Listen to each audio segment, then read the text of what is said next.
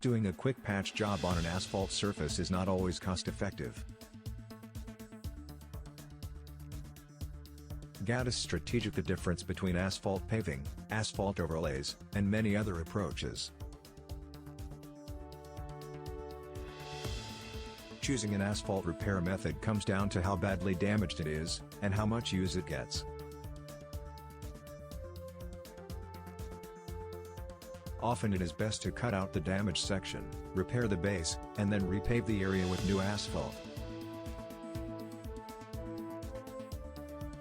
Different approaches are also used for residential and commercial properties.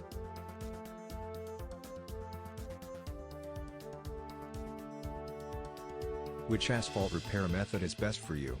Click on the link in the description for more information.